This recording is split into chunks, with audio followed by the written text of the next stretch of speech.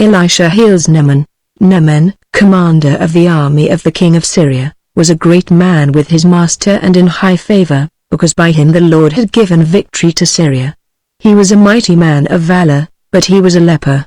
Now the Syrians on one of their raids had carried off a little girl from the land of Israel, and she worked in the service of Naaman's wife.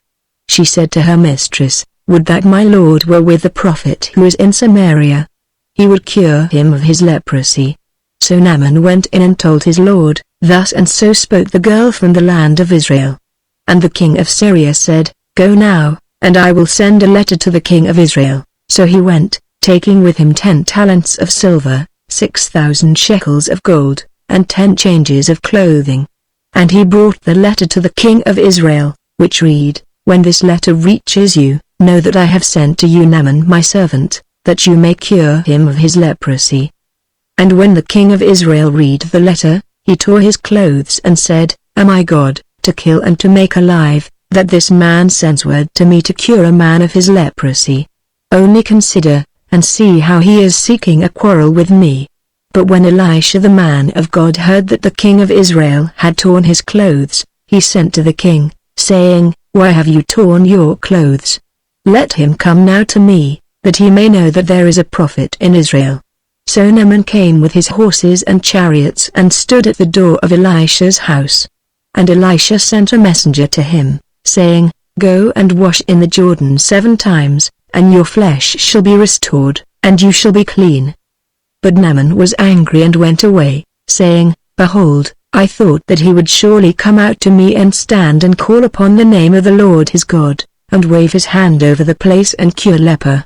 And not Abana and Pharpar, the rivers of Damascus, better than all the waters of Israel. Could I not wash in them and be clean?" So he turned and went away in a rage. But his servants came near and said to him, "My father, it is a great word the prophet has spoken to you, will you not do it? Has he actually said to you, 'Wash, and be clean'?" So he went down and dipped himself 7 times in the Jordan, according to the word of the man of God, and his flesh was restored like the flesh of a little child, and he was clean. Then he returned to the man of God, he and all his company, and he came and stood before him. And he said, "Behold, I know that there is no God in all the earth but in Israel, so accept now a present from your servant." But he said, "As the Lord lives, before whom I stand, I will receive none." And he urged him to take it, but he refused. Then Naaman said, "If not, please let there be given to your servant 2 mules load of earth, for from now on your servant will not offer burnt offering or sacrifice to any god but the Lord. In this matter may the Lord pardon your servant, when my master goes into the house of Rimmon to worship there, leaning on my arm, and I bow myself in the house of Rimmon, when I bow myself in the house of Rimmon, the Lord pardon your servant in this matter." He said to him, "Go in peace."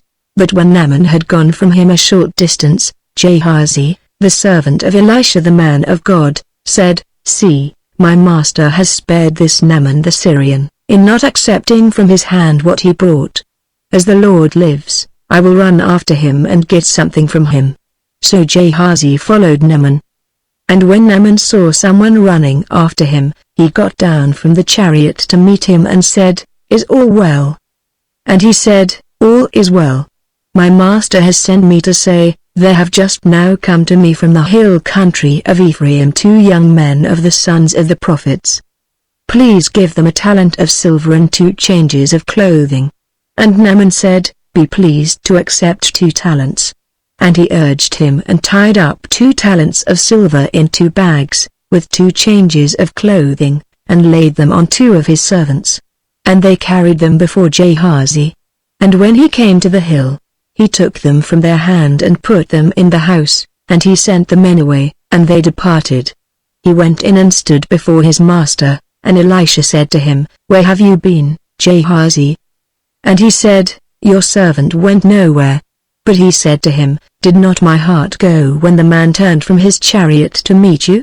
Was it a time to accept money and garments, olive orchards and vineyards, sheep and oxen, male servants and female servants?